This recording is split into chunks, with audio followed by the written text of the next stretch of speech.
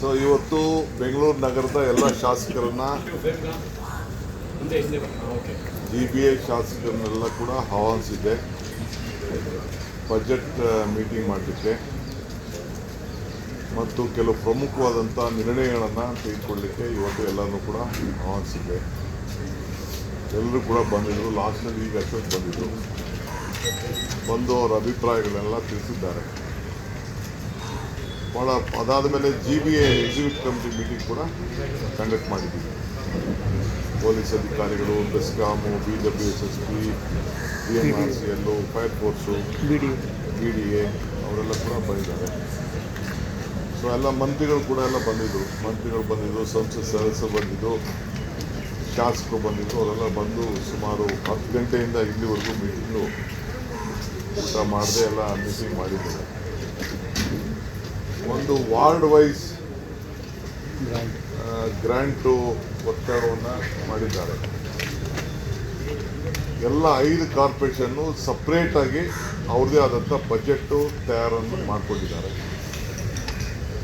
ಯಾರ್ಯಾರಿಗೆ ಏನೇನಿದೆ ಅಂತೇಳಿ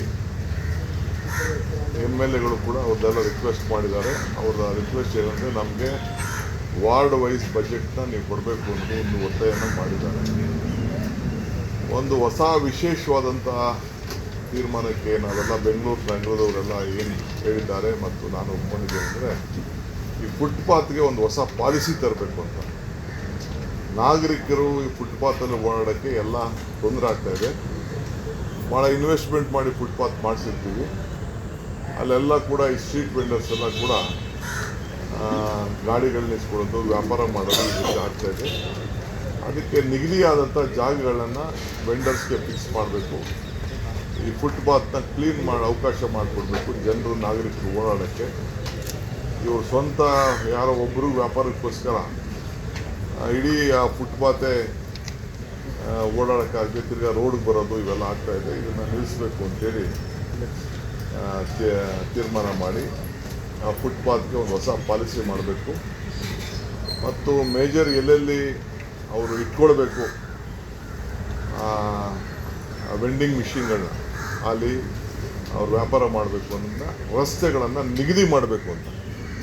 ಬೇರೆ ಕಡೆ ಎಲ್ಲ ತೆಗಿತಾ ಇದ್ದೀವಿ, ನಾವು ಅನೌನ್ಸ್ ಮಾಡ್ತೀವಿ, ಇಂಥ ರೋಡಲ್ಲಿ ಯಾರು ಫುಟ್ಪಾತ್ ಇಟ್ಕೊಳ್ಳೋಂಗಿಲ್ಲ ಅನ್ನೋದನ್ನು ತೀರ್ಮಾನ ಮಾಡ್ತೀವಿ. ಕೆಲವು ಸೈಡ್ ರೋಡಲ್ಲಿ ಇಟ್ಕೊಳ್ಳೋಕ್ಕೆ ಯಾರು ರಿಜಿಸ್ಟರ್ ಮಾಡ್ಕೊಂಡಿದ್ದಾರೋ ಅವ್ರಿಗೆ ಅವಕಾಶ ಕೊಡ್ತೀವಿ. ಅದು ಬಿಟ್ಟು ಮಿಕ್ಕಿದ್ದೆಲ್ಲ ತೆಗೆಸಲಿಕ್ಕೆ ಎಲ್ಲ ಶಾಸಕರು ಒಗ್ಗಟ್ಟಿನಿಂದ ಅಭಿಪ್ರಾಯ ವ್ಯಕ್ತಪಡಿಸಿ ನನಗೆ ಇದನ್ನು ಜವಾಬ್ದಾರಿಯನ್ನು ಕೊಟ್ಟಿದ್ದಾರೆ. ಆಮೇಲೆ ಎಲ್ಲ ಫ್ಲೆಕ್ಸ್ಗಳು ನಾವು ಎಷ್ಟೇ ಹೇಳಿದ್ರು ಕೂಡ ಫ್ಲೆಕ್ಸು ಆಗ್ತಾನೇ ಇದ್ದಾರೆ. ಎಲ್ಲ ಪಾರ್ಟಿಯವರು ಆಗ್ತಾಯಿದ್ದಾರೆ, ನಮ್ಮ ಪಾರ್ಟಿಯವರು ಆಗ್ತಾಯಿದ್ದಾರೆ, ಎಲ್ಲ ಶಿಶುಕೋಟಿಗಳು ಆಗ್ತಾರೆ. ಯಾರ್ಯಾರ ಹೆಸರು ಅಲ್ಲಿ ಕೆಳಗಡೆ ಇರ್ತದೆ ಅವ್ರಿಗೆ 50 ರಿಂದ 1 ಲಕ್ಷ ರೂಪಾಯಿವರೆಗೂ ಒಂದೊಂದು ಫ್ಲೆಕ್ಸ್ಗೆ ಫೈನ್ ಹಾಕಬೇಕು ಅಂತ ನಾವು ಹೇಳಿದ್ದೇವೆ. ಏಕೆಂದರೆ ಈ ಫ್ಲೆಕ್ಸು ದಂಧೆ ವಿಪರೀತ ಆಗ್ತಾಯಿದೆ. ಬರ್ತಡೇ, ಆ ಬರ್ತಡೇ, ಈ ವಿಶಸ್ಸು, ಆ ವಿಶಸ್ಸು ಅಂತೇಳಿ ಗೌರ್ಮೆಂಟ್ ಏನಾದ್ರು ಒಂದು ಇತ್ತು ಅಂದರೆ ಅದಕ್ಕೊಂದು ಸ್ಟ್ರೀಮ್ ಲೈನ್ ಇದೆ, ಅದು ಲೆಕ್ಕಾಚಾರ ಇದೆ. ಅಡ್ವರ್ಟೈಸ್ಮೆಂಟ್ ಬೋರ್ಡ್ಸ್ ಇದೆ, ಅದನ್ನು ಬೇಕಾದ್ರೆ ತೆಗೆದುಕೊಂಡು ಯಾರು ಬೇಕಾದ್ರೂ ಮಾಡ್ಬೋದು. ಅದು ಬಿಟ್ಟರೆ ಬೇರೆ ಎಲ್ಲೂ ಕೂಡ ಹಾಕಲಿಕ್ಕೆ ಅವಕಾಶ ಇಲ್ಲ.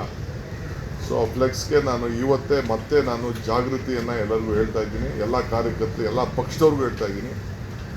ನೀವು ಹಾಕಿ ಅನುಭವಿಸಿ ನೋಡಿ ಗೊತ್ತಾಗ್ತದೆ. ನಾವು ಪೊಲೀಸವ್ರಿಗೂ ಹೇಳಿದ್ದೀವಿ, ಪೊಲೀಸ್ಗೂ ರೆಸ್ಪಾನ್ಸಿಬಿಲಿಟಿ ಕೊಟ್ಟಿದ್ದೀವಿ, ನಮ್ಮ ಕಾರ್ಪೊರೇಷನ್ಗೂ ರೆಸ್ಪಾನ್ಸಿಬಿಲಿಟಿ. ಪೊಲೀಸವ್ರೂ ನಮ್ಮ ಕಾರ್ಪೊರೇಷನ್ಗೆ ತಿಳಿಸೋವಂಥದ್ದು. ಸೊ ಅದಕ್ಕೇನು ಬೇಕೋ ಕಾನೂನು ಪ್ರಕಾರ ತೆಗೆದುಕೊಂಡು ಬೆಂಗಳೂರು ಬ್ಯೂಟಿನ ಫ್ಲೆಕ್ಸ್ ಕಟ್ಟೋದ್ರಿಂದ ಹಾಳು ಮಾಡ್ತಾ ಇದ್ದೀವಿ ಅಂತೇಳಿ ಅವ್ರ ಮೇಲೆ ಕೇಸ್ ಇಟ್ಟುವಂಥ ಕೆಲಸಕ್ಕೆ ಮಾಡ್ತೀವಿ.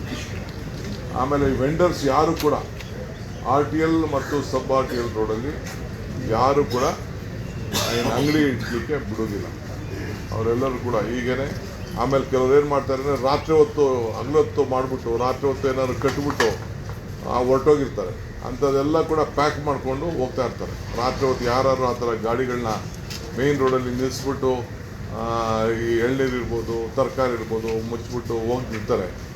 ಎಂಥ ಕೂಡ ಕಾರ್ಪೊರೇಷನ್ ಅದು ಎತ್ಕೊಂಡು ಹೋಗ್ತಾ ಇದ್ದಾರೆ. ಈಗ ನೀವು ಜಾಗೃತಿಯಾಗಿರಬೇಕು ಅಂತ ನಾನು ಹೇಳ್ತಾ ಇದ್ದೀನಿ. ಆಮೇಲೆ ವೆಂಡರ್ಸ್ಗೆ ನಾವೀಗ ಸುಮಾರು ಜನ ರಿಜಿಸ್ಟರ್ ಮಾಡ್ಕೊಂಡಿದ್ದಾರೆ. 60,000 ಜನ ರಿಜಿಸ್ಟರ್ ಇದ್ದಾರೆ.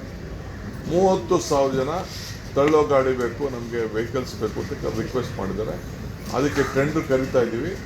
ಅಂಥವ್ರಿಗೆ ಬಂದು ರೋಡಲ್ಲಿ ವ್ಯಾಪಾರ ಮಾಡಿಕೊಂಡು ಸೈಡಲ್ಲಿ ನಿಂತ್ಕೊಂಡು ಹೋಗೋದಕ್ಕೆ ಅವಕಾಶ ಮಾಡಿಕೊಡ್ತೀವಿ. 30,000 ಜನ ಈಗ ನಮಗೆ ಬೇಕು ಅಂತ ಕೇಳ್ಕೊಂಡಿದ್ದಾರೆ. ಅದಕ್ಕೆ ಟೆಂಡರ್ ಕರೆದಿದ್ದೀವಿ. ಆಮೇಲೆ ಇನ್ನು ಮಿಕ್ಕಿದ್ದು ಕೂಡ ಕರಿತೀವಿ ನಾವು. ಆ ಡಿಸೈನು ಕೂಡ ನಾನು ತೀರ್ಮಾನ ಮಾಡಿದ್ದೀನಿ. ಸೊ ಮಾಡ್ತೀನಿ. 60,000 ಜನ ಅಫಿಷಿಯಲ್ ರಿಜಿಸ್ಟರ್ ಮಾಡ್ಕೊಂಡಿದ್ದಾರೆ ಬೆಂಗಳೂರು ನಗರದಲ್ಲಿ. ಅವ್ರಿಗೆ ನಿಮ್ಗೆ ನಾವೆಲ್ಲಿ ಹೇಳ್ತೀವಿ ಆ ಜಾಗಗಳಲ್ಲಿ ಬೇಕಾದ್ರೆ ನೀವು ವ್ಯಾಪಾರ ಮಾಡಿಕೊಂಡು ನೀವು ಹೋಗ್ಲಿಕ್ಕೆ ಒಂದು ಅವಕಾಶ ಇದೆ. ಆಮೇಲೆ ಯಾರು ಐಡೆಂಟಿ ಕಾರ್ಡ್ ಇಟ್ಕೊಂಡಿದ್ದಾರೆ ಅವರು ಮಾತ್ರ ನಾವು ಇಡಲಿಕ್ಕೆ ಅವಕಾಶ ಮಾಡಿಕೊಡ್ತೀವಿ.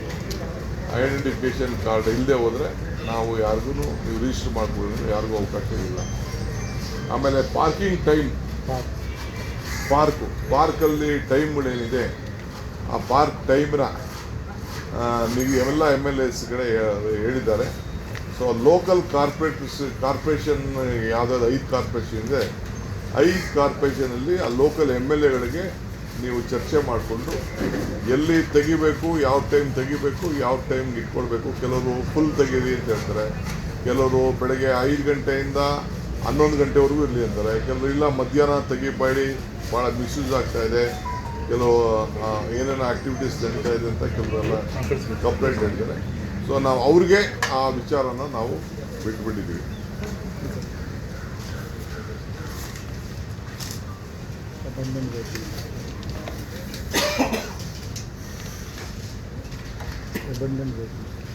ಆಮೇಲೆ ಪಾರ್ಕಿಂಗ್ ಪಾಲಿಸಿ, ಆಮೇಲೆ ಅಬಂಡೆಂಟ್ ವೆಹಿಕಲ್ಗಳು ಎಲ್ಲೆಲ್ಲಿ ಗಾಡಿಗಳನ್ನು ರೋಡಲ್ಲಿ ನಿಲ್ಲಿಸ್ಬಿಟ್ಟು ಹಳೆ ಗಾಡಿಗಳನ್ನ ನಿಲ್ಲಿಸ್ಬಿಟ್ಟಿದ್ದಾರೆ ಅದನ್ನೆಲ್ಲ ತುಂಬಿಕೊಂಡು ಹೋಗಿ ಕೆಲವು ಜಾಗನ ನಿಗದಿ ಮಾಡ್ತಾ ಇದ್ದೀವಿ. ಕೆಲವು ಜಾಗನ ರಿಕ್ಲೈಮ್ ಆಗಿರೋದು ಈ ಲೆಗಸಿ ಡಂಪ್ ಸೈಟ್ಗಳಿದೆ, ಪೊಲೀಸ್ ಅವ್ರಿಗೆ ಅದನ್ನು ಹ್ಯಾಂಡ್ ಓವರ್ ಮಾಡ್ತಾ ಇದ್ದೀವಿ. ಅಲ್ಲೋಗಿ ಡಂಪ್ ಮಾಡೋಂಥ ಕೆಲಸನ ನಾವು ಮಾಡ್ತೀವಿ. ಯಾರು ರೋಡಲ್ಲಿ ಸುಮ್ಮನೆ ಗಾಡಿ ನಿಲ್ಲಿಸ್ಬಿಟ್ಟು ವಾರ ಗಟ್ಟಲೆ 15 ದಿನ 20 ದಿನ ರೋಡಲ್ಲಿ ನಿಲ್ಲಿಸಿರೋ ಗಾಡಿಗಳನ್ನೆಲ್ಲ ತುಂಬಿಕೊಂಡು ಹೋಗ್ತಾ ಇರ್ತೀವಿ. ಯಾರನ್ನು ಟ್ರಾಫಿಕ್ಕಿಗೆ ತೊಂದರೆ ಆಗೋ ರೀತಿ ಕೆಲವರೆಲ್ಲ ಹಳೆ ವೆಹಿಕಲ್ಗಳನ್ನ ನಿಲ್ಲಿಸಿದ್ದಾರೆ. ಸೊ ಅಬಂಡೆಂಟ್ ವೆಹಿಕಲ್ಗಳಿಗೆ ಹೊಸ ಜಾಗನ ಕೊಟ್ಬಿಟ್ಟು ಅಲ್ಲಿ ಎತ್ಕೊಂಡು ಹಾಕ್ತಾಯಿದ್ವಿ. 3 ಜಾಗ ಬೆಳ್ಳಹಳ್ಳಿ, ಬಿಟ್ಗಾನಹಳ್ಳಿ, ಗಿದ್ನಹಳ್ಳಿ, ಸೊಂಡೆಕೊಪ್ಪ 3-4 ಜಾಗ ಇದೆ. ಇನ್ನೂ ಒಂದಷ್ಟು ಜಾಗ ಐಡೆಂಟಿಫೈ ಮಾಡ್ತೀವಿ. ಅಲ್ಲೋಗಿ ಗಾಡಿಗಳನ್ನ ಬಿಸಾಕೋಕ್ಕೆ ಪೊಲೀಸ್ ಅವ್ರಿಗೆ ಅವಕಾಶನ ನಾವು ಮಾಡಿಕೊಡ್ತಾ ಇದ್ದೀವಿ. ಬೆಳ್ಳಹಳ್ಳಿ, ಬಿಟ್ಗಾನಹಳ್ಳಿ, ಗಿಡ್ಡೇನಹಳ್ಳಿ, ಸೊಂಡೆಕೊಪ್ಪ ಅಲ್ಲಿ 3 ಜಾಗ ಐಡೆಂಟಿಫೈ ಮಾಡಿದ್ದೀವಿ, ಅಲ್ಲಿಗೆ ಮಾಡ್ತೀವಿ. ಆಮೇಲೆ ಪಾರ್ಕಿಂಗ್ ಪಾಲಿಸಿ ಒಂದು ವಿಚಾರ ಇದೆ. ನಾಳೆ ನಿಮಗೆ ಆ ಬಫರ್ ರೋಡ್ದು ಪಾರ್ಕಿಂಗ್ ಪಾಲಿಸಿ ನಾಳೆ ನಿಮಗೆ ವಿಚಾರ. ಇವತ್ತು ಮೀಟಿಂಗ್ ಇದೆಯಲ್ಲ ಸರ್, ಎಲ್ಲ ಕಾರ್ಪೊರೇಷನ್ಗೂ 2 ವೆಹಿಕಲ್ ಕೊಟ್ಟಿದ್ದೀವಿ. ಎಲ್ಲ ಟೋ ಮಾಡಿಕೊಂಡು ಪೊಲೀಸ್ ಅವ್ರನ್ನ ಸಹಕಾರ ಕೊಟ್ಕೊಂಡು ಎತ್ಕೊಂಡೋಗಿ ಬಿಸಾಕೋಂಥದ್ದು. ಯಾವಾಗಿಂದ ಶುರು ಆಗುತ್ತೆ ಸರ್? ಈಗಾಗಲೇ ಹೇಳಿದ್ವಿ ನಾವು, ವೆಹಿಕಲ್ ಬಂದಿದೆ, they will start there job. ಯಾವ ಗಾಡಿ ಇರಲಿ ಎತ್ಕೊಂಡು ಹೋಗ್ತಾ ಇರೋದು, ನಿಮ್ಮ ಗಾಡಿ ಎತ್ಕೊಂಡು ಹೋಗೋದು, ನನ್ನ ಗಾಡಿ. ಪೊಲೀಸರು ಆ ಸಂದರ್ಭದಲ್ಲಿ ತುಂಬಾ ಕಠೋರವಾಗಿ ನಡ್ಕೋತಾರೆ ಸರ್. ಸಾರ್ವಜನಿಕ ನಾನ್ ಪಾರ್ಕಿಂಗ್ ಝೋನಲ್ಲಿ ಪಾರ್ಕಿಂಗ್ ಇರೋ ಕಡೆ ಆಯಿತು, ಪಾರ್ಕಿಂಗ್ ಎಲ್ಲಿದೆ ಅವಕಾಶ ಇದೆ ಅಲ್ಲ ಇರ್ತದೆ. ಪಾರ್ಕಿಂಗ್ ಇಲ್ಲದೆ ಹೋದ ಜಾಗದಲ್ಲಿ ಎಲ್ಲೆಲ್ಲಿ ನಿಲ್ಲಿಸ್ತಾರೆ ಅದನ್ನು ಟೋ ಮಾಡ್ಕೊಂಡು ಎತ್ಕೊಂಡು ಹೋಗುವಂಥದ್ದು. ಈ ಗಾಡಿಗೆ ಪ್ರತಿ ವಾರ್ಡಿಗೆ 5 ಕೋಟಿ ಅನುದಾನ ಕೇಳಿದ್ದಾರೆ ಸರ್. 5 ರಿಂದ 10 ಕೋಟಿ ಎಷ್ಟು ಕೊಡ್ಬೋದು ನೋಡೋಣ. ಇವತ್ತೆಲ್ಲ ಹೇಳಿದ್ದಾರೆ, ಅವರು ಆಕಾಶನೂ ಕೇಳ್ತಾ ಇದ್ದಾರೆ, ಭೂಮಿನೂ ಕೇಳ್ತಾ ಇದ್ದಾರೆ, ಭೂಮಿನೇ ಕೊಡಿಸ್ಬೇಕು ಅಂತ ಅಂದ್ಬಿಟ್ಟು ಕೇಳ್ತಾ ಇದ್ದಾರೆ. ಸೋಮವಾರ ಮಾತಾಡ್ತಾರೆ. ಅಭ್ಯರ್ಥಿ ಘೋಷಣೆಗೆ ಮುಂಚೆ ಸಮರ್ಥ ಅವರು ನಾಮಪತ್ರ ಸಲ್ಲಿಕೆ ಮಾಡಿದ್ದಾರೆ ಸರ್ ದಾವಣಗೆರೆ. ನನಗಿನ್ನ ಮಾಹಿತಿ ಬಂದಿಲ್ಲ ಜಾಸ್ತಿ.